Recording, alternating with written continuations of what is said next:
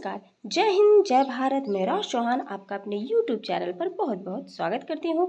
हम पढ़ रहे हैं सिविक्स, इट मीन्स नागरिक शास्त्र, और नागरिक शास्त्र मीन्स सामाजिक एवं उससे रिलेटेड राजनीतिक जीवन के बारे में। तो हम क्या पढ़ेंगे? क्लास 8 चैप्टर 1 यानी कि कक्षा 8वीं के हम अध्याय 1 पढ़ रहे हैं। हमारा चैप्टर का नाम क्या है? हमारा चैप्टर का नाम है भारतीय संविधान, है ना। भारतीय संविधान। तो ये हमारा बहुत इंपॉर्टेंट चैप्टर है सिविक्स से रिलेटेड। सबसे पहला चैप्टर इसे दिया गया है। क्यों दिया गया है ये हम समझेंगे, जानेंगे कब, जब हम इसे पढ़ेंगे। तो चलिए आइए हम इसे पढ़ते हैं, जानते हैं। सबसे पहले हमारा टॉपिक है भारतीय संविधान। भारतीय संविधान कहने का तात्पर्य यानी कि भारतीय मीन्स आप जानते हैं इंडियन से रिलेटेड है। और संविधान क्या है? तो संविधान वो उन सभी नियमों, कानूनों और मौलिक सिद्धांतों का एक संकल्प है, यानी कि संकलन है, जिनके अनुसार किसी भी देश की शासन व्यवस्था चलाई जाती है। तो ये संविधान के अलग अलग प्रकार होते हैं। जैसे सरकार के प्रकार क्या हुए, सरकार के विभिन्न अंग क्या क्या हुए, जैसे कि कौन कौन से अंग होते हैं इसमें? हमारे विधायिका, कार्यपालिका और न्यायपालिका जैसी शक्ति, बहुत सारे उस टाइप के, मतलब उससे उनसे रिलेटेड आपको पढ़ने इस चैप्टर में मिलेंगे। और देश और उनके नागरिकों के बीच में क्या संबंध, किस प्रकार से नागरिक के जो अधिकार होते हैं, उनके जो कर्तव्य होते हैं, सभी के सभी हमें इस चैप्टर में पढ़ने को, जानने को और समझने को मिलेंगे। तो चलिए शुरुआत करते हैं। भारतीय संविधान में सबसे पहले आपको बताया जा रहा है कि इस चैप्टर में क्या आप फुटबॉल जानते हैं? आप सोचेंगे लो फुटबॉल कौन सा, कहाँ से बीच में आ गया? तो हम समझेंगे। आप क्लास में अपने स्कूल्स में फुटबॉल तो खेलते होंगे। फुटबॉल गेम्स में गेम का एक बहुत ही महत्वपूर्ण रोल रखता है। क्यों? क्योंकि उससे रिलेटेड हर चीज़, फिजिकल एक्टिविटी या मेंटली एक्टिविटी दोनों ज्वाइंट है। क्यों भाई, क्यों है?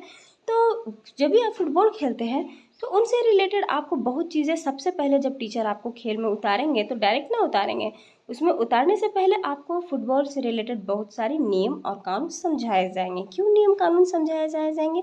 वो इसलिए समझाए जाएंगे क्योंकि हर चीज़ों को नियमों के अनुसार करने से वो कार्य सही तरीके से चलती है। यदि वो नियम के अकॉर्डिंग नहीं चलेगी, अपने अकॉर्डिंग चलेंगे, उसके अपने अनुसार न चल, नियम के अनुसार न चला के अपने अनुसार चलेंगे, तो वो चीज़ ज़्यादा समय तक टिक नहीं सकेगी। क्यों नहीं टिक सकेगी? वो इसलिए नहीं टिक सकेगी क्योंकि सब अपनी मनमानी करेंगे, और मनमानी करेंगे तो उस खेल का तो कचरा हो जाएगा ना। समझ रहे ना कचरा कहने का तात्पर्य क्या हो? यानी कि वो न तो गेम्स का मज़ा ले पाएंगे, न अदर बंदे को उस गेम का मतलब पता चल पाएगा, ना नेक्स्ट जनरेशन या नेक्स्ट बंदा को वो पता चलेगा कि लोग कर क्या रहे हैं। क्यों? क्योंकि उसमें सब अपने अपना इन्वॉल्व कर रहे हैं। तो कुछ ऐसा होना चाहिए हर चीज़ जिससे रिलेटेड हर चीज़ हर इंसान को पता भी हो, तो देखने वाले को भी मज़ा आता है और खेलने वालों के लिए भी बहुत बढ़िया रहता है। तो इतनी बातें मैं आपको क्यों सुना रही हूँ? तो इतनी बातें सुनाने का सिर्फ और सिर्फ एक ही माध्यम है कि नियम जो है वो बहुत इंपॉर्टेंट रोल रखता है खेल में। तो सिर्फ खेल ही में नहीं, ये जीवन में भी इंपॉर्टेंट रोल रखता है, नियम कानून ये सारे। तो फुटबॉल में यहाँ आपको एक बताया जा रहा है कि इस अध्याय में फुटबॉल बात तो मतलब आपके सामने रखा गया है। खेल को क्यों रखा गया है? क्योंकि बच्चे लोग खेल में, फुटबॉल एक ऐसा गेम है जो हर किसी के लाइफ में, मतलब गेम्स में सुनते ही सुनते हैं। अब फुटबॉल का नाम सुनने से आता बॉल, बॉल यानी कि गेंद, और फुट यानी कि फुट यानी पैर। तो पैर से खेलने वाला, गेंद को यानी किक करके मारने वाला, ये एक ऐसा अनोखा गेम है जिसको देखो भी और खेलो भी तो दोनों में बड़ी मज़ेदार है ना। तो इसी प्रकार से इसमें जो बताया जाता है कि इसमें आपको स्टूडेंट को, यानी कि उस जो खिलाड़ी है, खिलाड़ी को उस गेंद को बाँह से छूना नहीं होता, ना हाथों से पकड़ना होता है।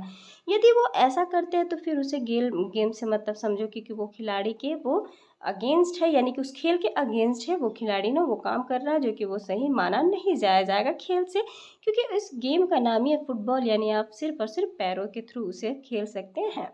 तो इस गेम को हम तो इस गेम को हम बहुत ही अनोखे तरीके से देख पाते हैं। कब? जब हम उसके नियमों को अच्छे से जान पाते हैं। और सिर्फ यही गेम नहीं, आप हॉकी, क्रिकेट आदि बहुत सारे गेम्स के भी नियम जानते हैं, और उस नियम के अनुसार ही गेम्स खेले जाते हैं। तो इन सभी को जानते हैं हम और देखते हैं।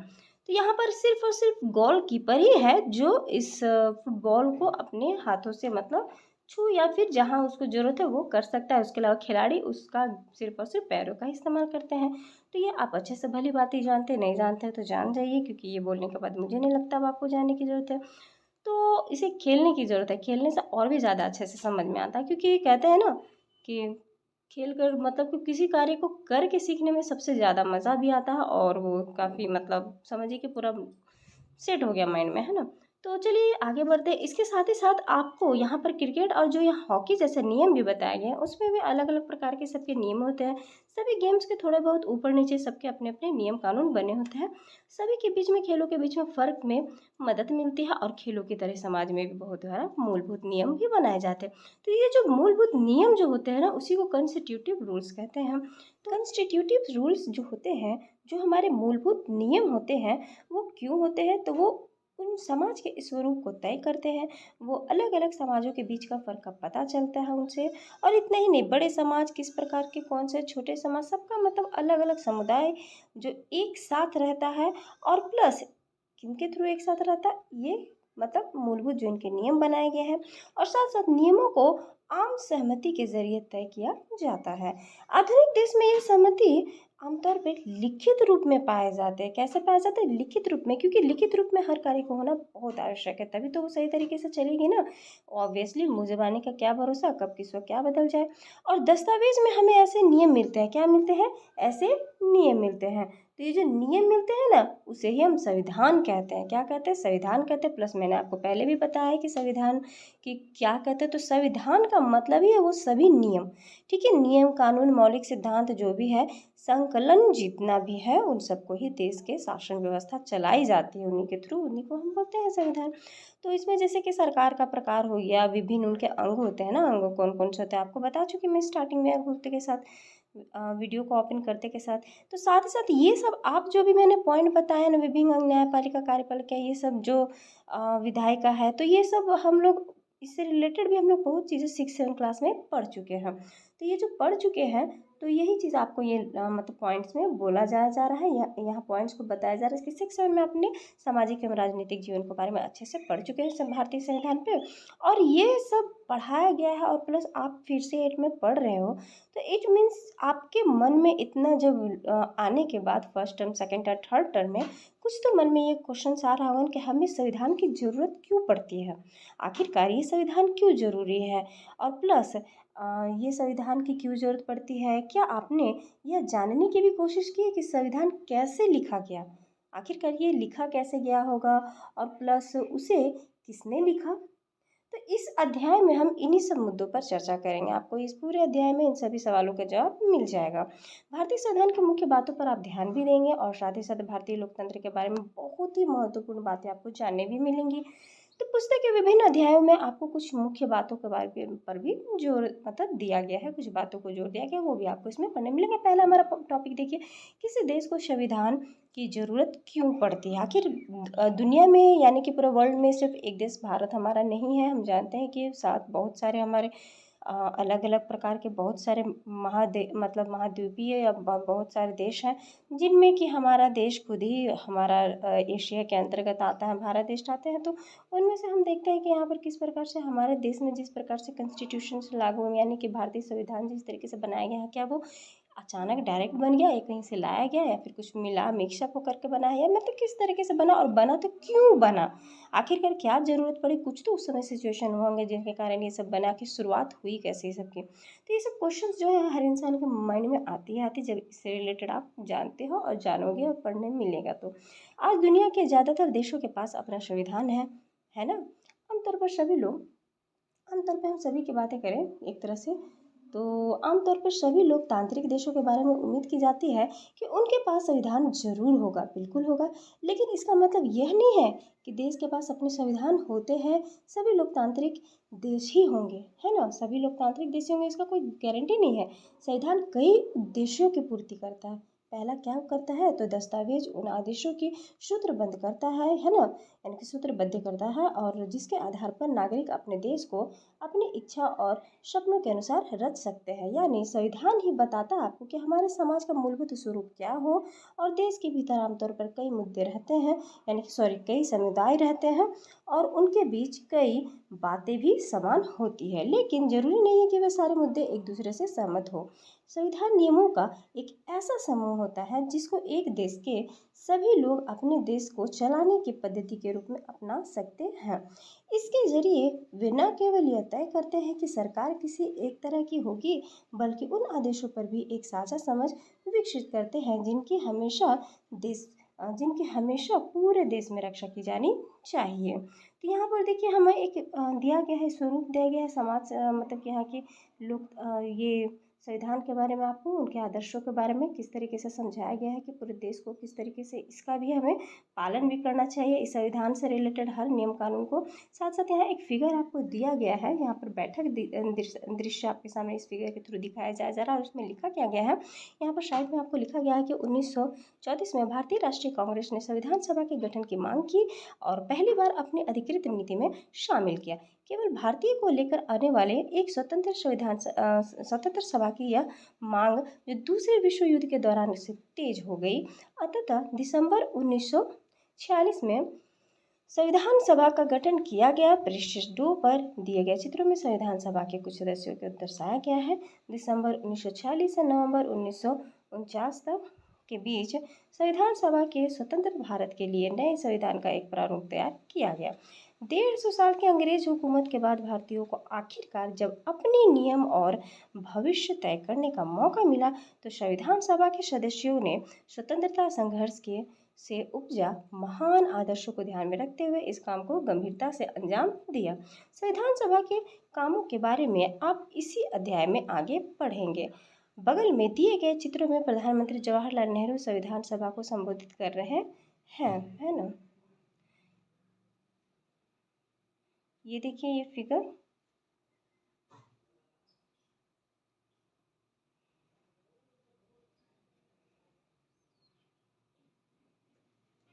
यहाँ पर आपको नेपाल से रिलेटेड एक चीज देखा कि नेपाल में लोकतंत्र के लिए कई जन संघर्ष हो चुके हैं। 1990 से हुए संघर्ष के बाद लोकतंत्र की स्थापना हुई और ये लोकतंत्र व्यवस्था 2002 तक यानी कि 12 साल कायम रहे। अक्टूबर 2002 में राजा ज्ञानेंद्र ने गाँव में माओवादी संगठनों के बढ़ते प्रभाव का बहाना बना करके सेना की मदद से सरकार के विभिन्न कामों को अपने कब्जे में लेना शुरू कर लिया।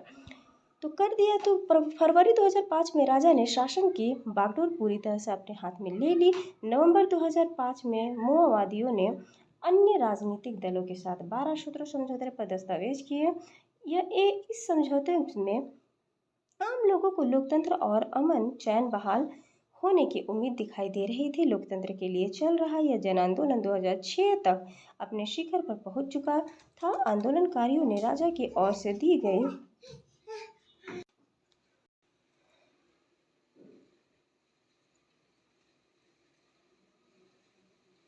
इस समझौते में आम लोगों को लोकतंत्र और अमन चैन बहाल होने की उम्मीद दिखाई दे रही थी। लोकतंत्र के लिए चल रहा यह जन आंदोलन 2006 तक अपने शिखर पर पहुंच चुका था। आंदोलनकारियों ने राजा की ओर से दी गई छोटी मोटी रियायतों को नामंजूर कर दिया था और आखिरकार अप्रैल 2006 में राजा को तृतीय संसद बहाल करके राजनीतिक दलों की सरकार ने बनाने का मौका देना पड़ा। 2008 में राजतंत्र को खत्म करने के बाद नेपाल लोकतंत्र बन गया। 2006 में लोकतंत्र की मांग को लेकर के चलने वाले जनतांत्रिक आंदोलन के दृश्य ऊपर के चित्रों में है। तो वही सीन आपको ये दर्शाए जा रहे हैं कि ये चित्र दिखाया गया है जो नीचे बताया जा रहा है। इन बातों का क्या मतलब है कि यह समझौते समझाने के लिए आए दो बिल्कुल अलग अलग परिस्थितियों पर गौर करें। दोनों घटना भारत की ऊपरी सीमा पर स्थित नेपाल के ताज़ा इतिहास की घटना। समाचार पत्रों के माध्यम से ऊपर दी गई खबरों में बताया गया है कि नेपाल के लोगों ने हाल ही में एक अंतरिम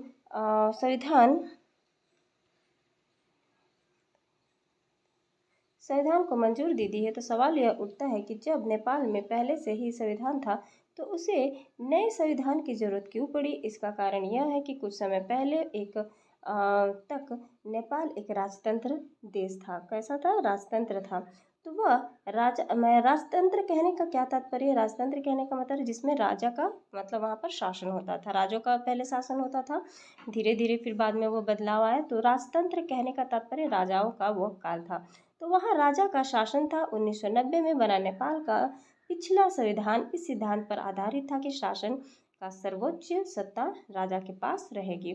नेपाल के लोग कई दशक से लोकतंत्र की स्थापना के लिए जन आंदोलन करते चले आ रहे थे। इसी संघर्ष फलस्वरूप 2006 में आखिरकार उन्हें राजा का सत्ता को खत्म करने में कामयाबी मिली, है ना।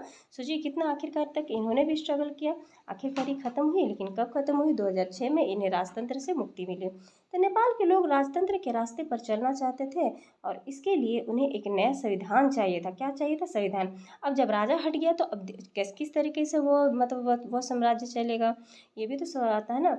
वे पिछले संविधान को इसलिए नहीं अपनाना चाहते थे क्योंकि उसमें वे आदर्श नहीं थे जो नेपाल के लिए मतलब जो नेपाल के लिए चाहते थे या फिर जिनके लिए वे लड़ते रहे। तो मतलब देखिए संविधान भी बने, नियम कानून भी बने देश के प्रति पे, तो लोगों को भी तो सहमति होनी चाहिए ना, लोगों को भी उसमें एक तरह से शासन दिखना चाहिए, है ना। लोग भी उस शासन में शासक होने चाहिए। अब ऐसा नहीं कि एक तरफा हो, है ना, राजा ही राज कर रहा है, वही डिसीजन ले रहा है, वही चला रहा है अपने अकॉर्डिंग, ये तो थोड़ा सा मतलब एक तरफा हो गया ना। और जिसमें जनता भागीदारी हो, जनता का भी उसमें हर सहमति हो, तो ये मतलब देश की तरफ से लगता है कि चलो भाई मतलब एक बोल्ड डिसीजन है, जनता के अकॉर्डिंग चलना देश का, ये इसमें मज़ा अलग है। तो लगेगा कि हाँ ये देश हमारा भी है। तो जिस तरीके से फुटबॉल में खेल में नियम बदलते ही खेल बदल जाता है, उसी प्रकार उसी तरीके से नेपाल को भी राजतंत्र की जगह से लोकतांत्रिक शासन व्यवस्था पर चलाने के कारण अपने सारे नियम बदलने होंगे ताकि एक नए समाज की संरचना की जा सके। यही कारण है कि नेपाल के लोगों ने 2015 में अपने देश के लिए एक नया संविधान बनाया यानी कि अपनाया और ऊपर के चित्रों के साथ दिए गए अंश में लोकतंत्र के लिए नेपाल से संघर्ष के बारे में बताया गया है। तो ये दिख रहा है संघर्षता का ही ये दिखाया गया फिगर में आपको। और उसके बाद संविधान का दूसरा मुख्य होता है यानी क्या होता है? उद्देश्य होता है। दूसरा मुख्य उद्देश्य क्या होता है किसका? संविधान का, कि देश की राजनीतिक व्यवस्था को तय करना। क्या तय करना? राजनीतिक व्यवस्था। राजनीतिक व्यवस्था भी बहुत इंपॉर्टेंट रोल रखती है देश को चलाने के लिए, क्योंकि राजनीतिक तंत्र सही तरीके से नहीं चलेगी तो ऑब्वियसली देश की हर व्यवस्था बिगड़ेगी।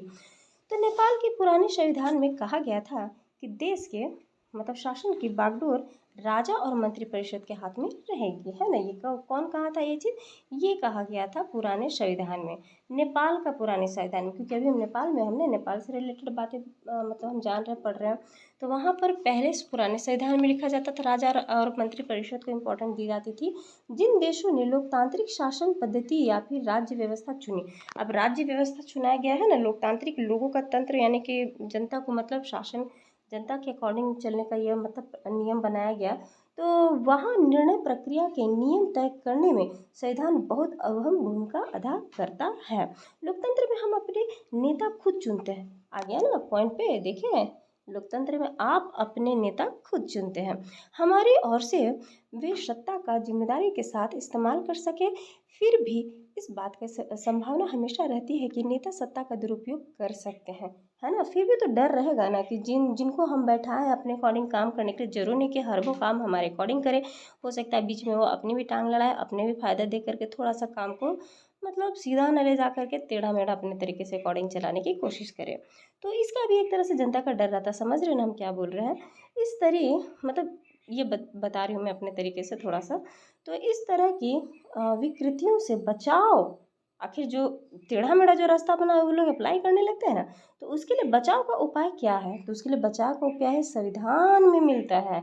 अब दिमाग में कुछ घंटी बजी, संविधान में मिलते हैं। क्या चीज़ में मिलता है? संविधान में। देखिए संविधान कितना इंपॉर्टेंट रोल रखता है। समझिए कि संविधान एक तरह से देश चलाने के लिए सोने की चिड़िया है।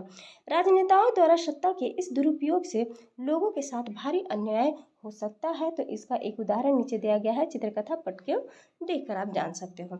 तो इसलिए संविधान है तो थोड़ा मतलब उन लोग में भी डर रहता है नियम अकॉर्डिंग चलने का, कि हम नियम को उल्लंघन करेंगे तो फिर वो संविधान ये नहीं पहचानेगा कि आप कौन नेता हो, कौन बड़े आदमी हो, कौन छोटे आदमी हो, कौन किस स्तर का।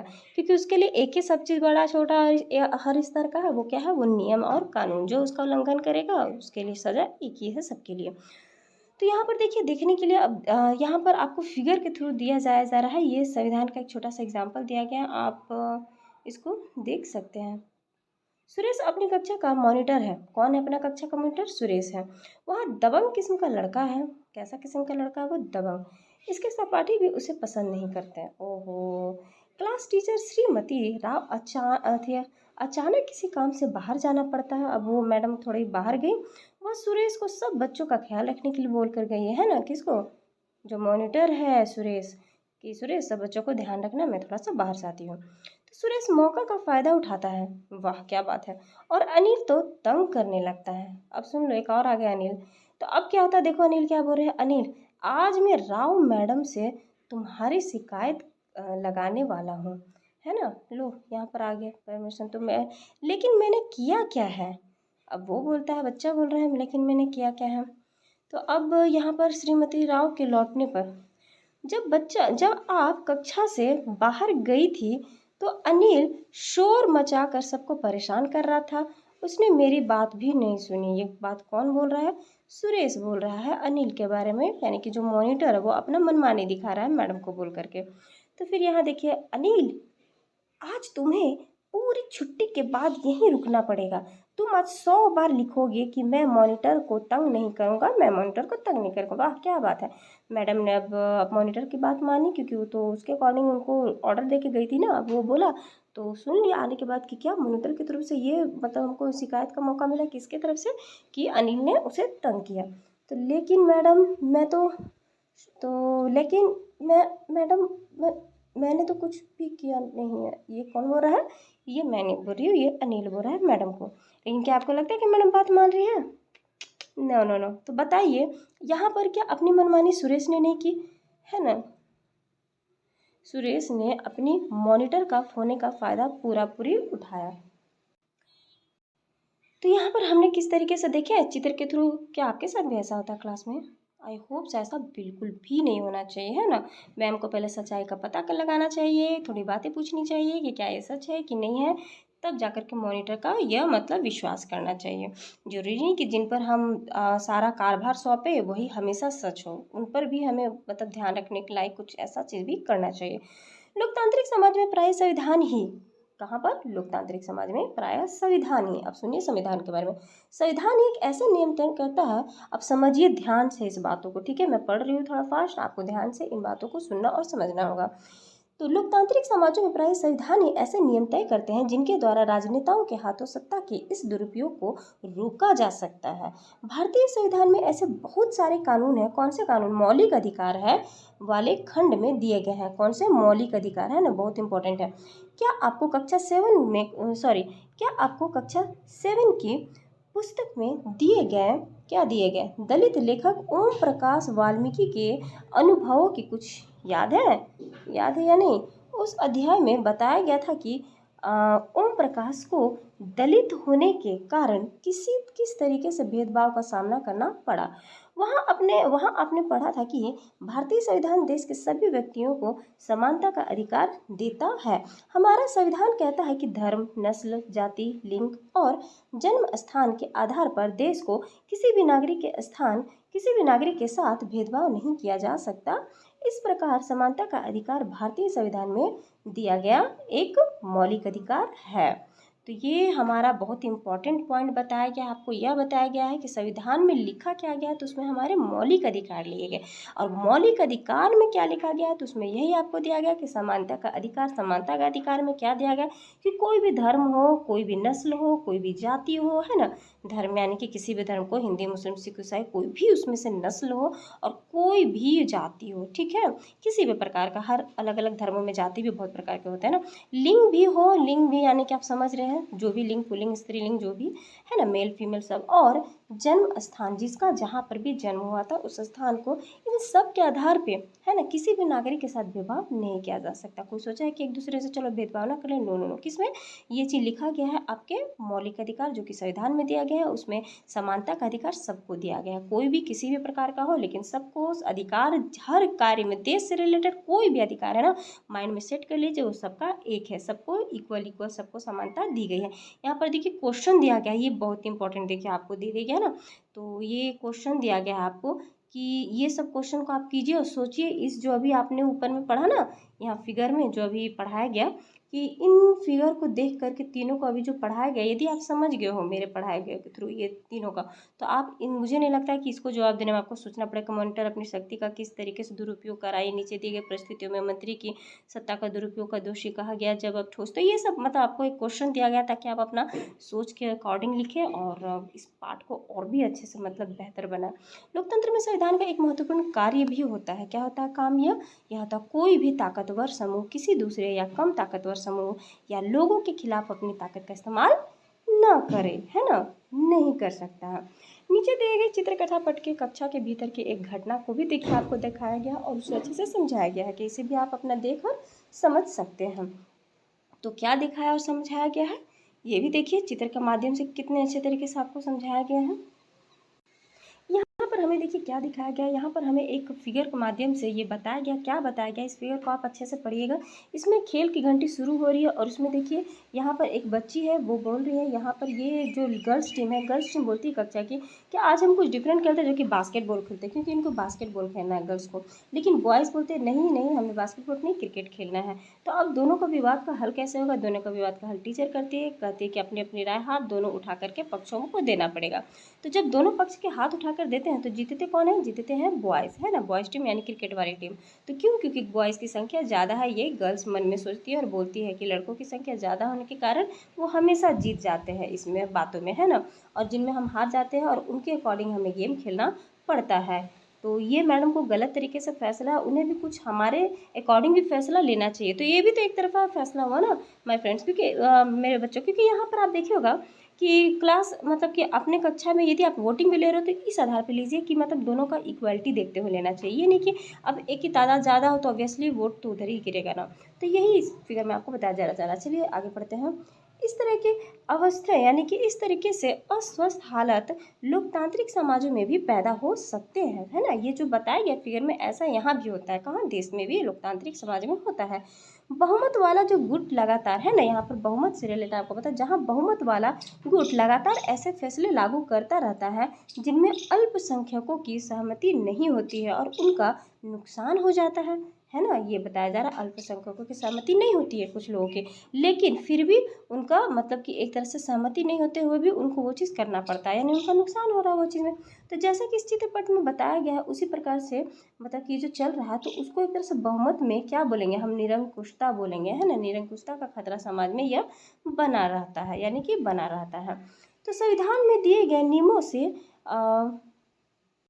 तो यहाँ पर मैं मतलब यहाँ पर आपको बताया जा रहा है निरंकुशता, है ना, एक शब्द का प्रयोग किया गया है कि निरंकुशता का खतरा मतलब हर समाज में बना रहता है। तो ये निरंकुशता मतलब होता क्या है? तो निरंकुशता कहने का तात्पर्य एक तरह से एक शासन प्रणाली है ना, जो शासन करने की एक प्रणाली है। तो किसी भी राज्य या राष्ट्र की संपूर्ण जो शक्ति होती है ना वो किसी सबके हाथ में नहीं बल्कि एक के हाथ में होती है, किसी भी एक के हाथ में ही केंद्र होती है। तो इसी प्रकार से जैसे वहाँ किस तरीके से टीचर ने बताया तो अब टीचर के अकॉर्डिंग बच्चों को वो चीज़ करना ही करना है। इस गेम में हमने भी देखा ना। तो इसके अलावा बाकी लोग भी गर्ल्स लोग कुछ नहीं कर पाए और मतलब कर नहीं सकते थे क्योंकि वो मतलब मिल गया एक तरह से ये निरंकुशता का खतरा। इसी तरीके से हमारा समाज को बोला जा रहा है कि जिस प्रकार से राज्य या राष्ट्र का जो संपूर्ण शक्ति है वो सिर्फ एक व्यक्ति के थ्रू चलाया जाए तो फिर जरूरी नहीं कि सब उससे सहमति है। तो वही इसमें आपको बताया जा रहा है। और साथ ही साथ हम आगे चलते हैं तो इसमें यह भी बताया जा रहा है कि संविधान में दिए गए नियमों इस बात का ख्याल रखा जाता है ना। इस बात का संविधान में नियमों में ये चीज़ को ध्यान में रखा जाता है कि ऐसा न हो कि अल्पसंख्यकों के किसी भी ऐसी चीज़ से वंचित न किया जाए जो कि बहुसंख्यकों के लिए सामान्य रूप से उपलब्ध हो और अल्पसंख्यकों के लिए बहुसंख्यकों की इस निरंकुशता या दबदबे पर प्रतिबंध लगाना भी संविधान का एक महत्वपूर्ण कार्य है। तो संविधान में समझिए हर मतलब प्रॉब्लम्स का सॉल्यूशन है। यह दबदबा एक समुदाय द्वारा दूसरे समुदाय के ऊपर भी हो सकता है जिसके अंतर सामुदायिक इंटर कम्युनिटी वर्चस्व कहते हैं। ये गलत हुआ। यह दबदबा एक समुदाय द्वारा दूसरे समुदाय के ऊपर भी हो सकता है जिसे अंतर सामुदायिक इंटर कम्युनिटी वर्चस्व कहते हैं, या फिर एक ही समुदाय के भीतर कुछ लोग दूसरे को दबा सकते हैं जिसे अंतर सामुदायिक यानी कि इंट्रा कम्युनिटी वर्चस्व यानी कि वर्चस्व कहते है। यहाँ पर आपको दो प्रकार का बताया गया, इंटर कम्युनिटी और एक बताया गया इंट्रा कम्युनिटी। इन दोनों में अंतर क्या है अभी आपके माइंड में चल रहा होगा, तो ये दोनों पहले क्लियर कर लीजिए। इस यहाँ पर जिस प्रकार से बताया जा रहा है कि इंटर कम्युनिटी और इंट्रा कम्युनिटी में क्या अंतर है, तो इन दोनों में अंतर यही आपको बताया जा रहा है कि जैसे कि ये एक समुदाय के रूप में कहा जा रहा है कि समुदाय एक बड़ा क्षेत्र हो गया ना, तो एक जो समुदाय होता है वो दूसरे समुदाय के ऊपर भी मतलब दबदबा हो सकता है। जैसे कि यहाँ पर दिखाया जा रहा था ना कि ये जो एक समुदाय, मान लीजिए ये गर्ल्स टीम का है, ठीक है, ये गर्ल्स टीम का एक समुदाय, ये बॉयज़ टीम का दूसरा समुदाय। तो इन बॉयज़ टीम का जीतना वोटिंग को ही द्वारा से ही, ठीक है, वोटिंग के ही द्वारा जीतना, क्यों, क्योंकि इनकी संख्या ज़्यादा थी, तो ये इनके ऊपर यानी गर्ल्स टीम के ऊपर एक दबदबा बना करके रखा, ठीक है। तो ये एक आपका हो गया इंटर, है ना, कि इंटर कम्युनिटी। और दूसरा जो बता रहा है इंट्रा कम्युनिटी, वो समझिए कि एक क्लासरूम में, ठीक है, एक ही क्लासरूम में एक ही समुदाय है, सब सब गर्ल्स बॉयज़ सब एक समूह में बैठे हुए, ठीक है। टीचर के लिए ये गर्ल्स और बॉयज़ कोई अलग अलग नहीं है, सभी के सभी किस ग्रुप में, बच्चों के ग्रुप में। ये टीचर्स के लिए सभी के सभी बच्चे हैं, जो गलती करेंगे जो सही करेंगे, इनमें इनको दोनों को सही तरीके से अपने अकॉर्डिंग चलाना है, इनको सही तरीके से चलाना है। तो ये शिक्षक जो है तो वो एक ही समुदाय, मान लीजिए कि इसमें गर्ल्स भी है बॉयज़ भी, सब एक है टीचर के लिए, ठीक है। अब टीचर के लिए ये जो एक समुदाय, इस समुदाय में किसी एक बंदे का दूसरे बंदे में दबदबा, जैसे कि ये मॉनिटर का है, दूसरे एक स्टूडेंट मॉनिटर, एक स्टूडेंट ये है, यानी कि एक स्टूडेंट कौन, अनिल भी है, और एक स्टूडेंट ये जो हमने जो देखा सुरेश भी है, ठीक है। तो सुरेश का जो ये सुरेश है उसका अनिल पे दबदबा बनाना है, तो ये एक ही समुदाय में होते हुए एक का दूसरे पे दबदबा बनाना, ये हमारा क्या कहलाएगा, ये हमारा इंट्रा कम्युनिटी कहा जाएगा। तो ये आपको यहाँ बताया जा रहा है कि फिर एक ही समुदाय में, मतलब एक ही समुदाय है, समुदाय के अंदर, है ना, कुछ लोग दूसरे को दबा सके, यानी एक जो दूसरे को दबा रहा है एक ही जगह पर एक ही समुदाय के होते हुए, उसे हम मतलब सामुदायिक कहेंगे, इंट्रा कम्युनिटी वर्चस्व कहेंगे। जैसे कि ये एक ही क्लास में और ये एक ही मतलब रूल में वो दबा रहा था, कौन दबा रहा था, सुरेश दबा रहा था, किसको दबा रहा था, अनिल को, अपनी किस लिए दबा रहा था, क्योंकि वो मॉनिटर था, मॉनिटर होने के अपने दबदबाव को चला रहा था। तो मैंने उसका एग्जाम्पल लिया आपको समझाने के लिए, आई होप आप इस एग्जाम्पल को अच्छे से समझ गए होंगे। तो ये इंट्रा और ये इंटर में कहा जा रहा है, ये समुदाय को डिफरेंस बांटा है बड़े बड़े दौर के, एक समुदाय का दूसरे समुदाय से, है ना, दबदबा बनाना, और ये एक ही मतलब समूह में, एक ही समूह में मतलब समुदाय में एक दूसरे पर मतलब दबदबा बनाना है, मतलब भीतर में इसके अंदर में ये कार्य हो रहा है, और ये बाहरी तौर पे बड़े बड़े तौर पे स्तर पे मतलब एक को दूसरे पे दबाना, ये आपको मतलब इसमें बताया जा रहा है। संविधान क्यों होना चाहिए, यहाँ बताया जा रहा है संविधान क्यों होना चाहिए, तो इसका तीसरा महत्वपूर्ण कारण यह है कि हम खुद को अपने आप से बचा सकें। कैसे बचा सके, तो यह बात सुनने में ज़रा थोड़ा अजीब लग रहा होगा ना, तो वही तो जानना चाहते हैं कैसे बचा सके। तो असल में इसका मतलब यह है कि कई बार हम किसी मुद्दे पर बहुत तीखे ढंग से सोचने लगते हैं, और ऐसे विचार हमारे व्यापक हितों के लिए व्यापक हितों के लिए नुकसानदेह हो सकता है। संविधान में ऐसी भावनाओं से बचने में मदद करता है, और इसे समझने के लिए हमें नीचे के चित्रपट को देखें। अब ये भी आपको समझाने के लिए देखिए, नीचे एक एग्जाम्पल दिया गया है, इस एग्जाम्पल के थ्रू ये बातों को हम समझेंगे। तो चलिए समझते हैं। यहाँ पर देखिए आपको दिखाया गया है, यहाँ पर देखिए बताया गया है, चलिए इस फिगर के थ्रू हम समझते हैं कि इसमें क्या आपको समझाने की कोशिश की जा रही है। इसमें देखिए एक गर्ल का एग्जांपल दिया गया है, ये गर्ल कोई और नहीं, ये शबनम है, ठीक है। शबनम थोड़ी दुविधा में, क्या दुविधा में, तो ये दुविधा में कि इनका कल एग्ज़ाम है, क्या है, कल इनका एग्ज़ाम है, और ये सोच रही है कि मेरा मन पसंदीदा टीवी यानी कि कार्यक्रम भी चल रहा है, मैं टीवी देखूँ या मैं बुक्स पढूँ, मैं टीवी देखूँ या बुक पढूँ, क्योंकि मेरा कल एग्ज़ाम है और मेरे सिर्फ और सिर्फ 2 चैप्टर है जो मैं अभी तक नहीं पढ़ी, उसे मुझे पढ़ना है। पर मेरा तो उसी समय ये टेलीविज़न का, ये टीवी का मन पसंदीदा प्रोग्राम चल रहा है, तो मैं क्या करूँ। तो उसने में उनकी मम्मी पूछती है कि क्या बात है, आप क्यों मतलब क्यों इतना परेशान हो लग रही हो बेटा। तो वो बोलती है शबनम, माँ आप सब यदि टीवी देखना, मैं इस दुविधा में हूँ, वो अपने प्रॉब्लम शेयर करती है और फिर बताती है कि यदि आप टीवी देखेंगे आप लोग तो मैं पढ़ नहीं पाऊँगी, क्योंकि मेरा ध्यान बार बार इस और केंद्र हो रहा, किस और कार्यक्रम का और जो टीवी में चल रहा था। तो यदि आप सब एक दिन के लिए, सिर्फ एक रात के लिए, आज के लिए सिर्फ कोई भी घर में टीवी ना देखेगा तो मेरा ध्यान पूरी की पूरी और किधर रहेगी, मेरे बुक्स की ओर, मेरे एग्ज़ाम की ओर। तो आप लोग भी मेरा सपोर्ट करें, कृपया करके आप लोग आज के लिए टीवी ना देखिए पूरा फैमिली, और मुझे पढ़ने का मौका दिया जाए। तो इस बात को फॉलो किए उनके पेरेंट्स ने और वो पढ़ी, और देखिए उनका फ़ायदा क्या हुआ। फ़ायदा यह हुआ कि वो मन ही मन बहुत खुश हो रही है अगले दिन एग्ज़ाम में, यह सोच करके कि अच्छा हुआ मैंने कल टेलीविज़न नहीं देखा, नहीं तो मैं यदि देखती तो क्या होता, वही होता जो एग्ज़ाम में क्वेश्चन आते हैं, तो मैं बैठकर ये सोचती कि मैंने उस टेलीविज़न में उस समय में क्या देखा। तो देखिए जैसे ही पीछे वाली माथा पकड़ के रो रही है और सोच रही है, खपा रही है कि ये यार ये क्वेश्चन लगता है कि पढ़ा है कि नहीं, और इनके होठों पे मंद मंद मुस्कान इस वजह से, क्योंकि कल ये 2 अध्याय जो इनके छूटने वाले थे उन्हें उन्होंने पढ़ लिया और उनसे रिलेटेड काफ़ी क्वेश्चन इनके एग्ज़ाम में आए थे। तो ये खुश है कि मैंने मेरा कल का डिसीजन सही रहा। तो ये जो इनके मन में दुविधा थी, यानी कि अपने ही अंदर चल रहे थे विचारों को लेकर के, मैं करूँ ना करूँ, मैं ना करूँ मैं करूँ, क्योंकि दोनों ही मेरे लिए ज़रूरी है। क्यों? क्योंकि एक से मेरा पसंदीदा है यानी कि मेरी चाह है, और एक जो मेरा राह है ना, यानी फ्यूचर को लेकर के जिसको करूँगी तो सबके लिए खुशी है और मेरे लिए भी है। तो इन जो दो तरह का फैसला जो मन में आया, तो यही है कि संविधान में हमें ऐसे फैसले लेने से भी रोकता है जिनसे उन बड़े सिद्धांतों को ठेस पहुंच सकती है।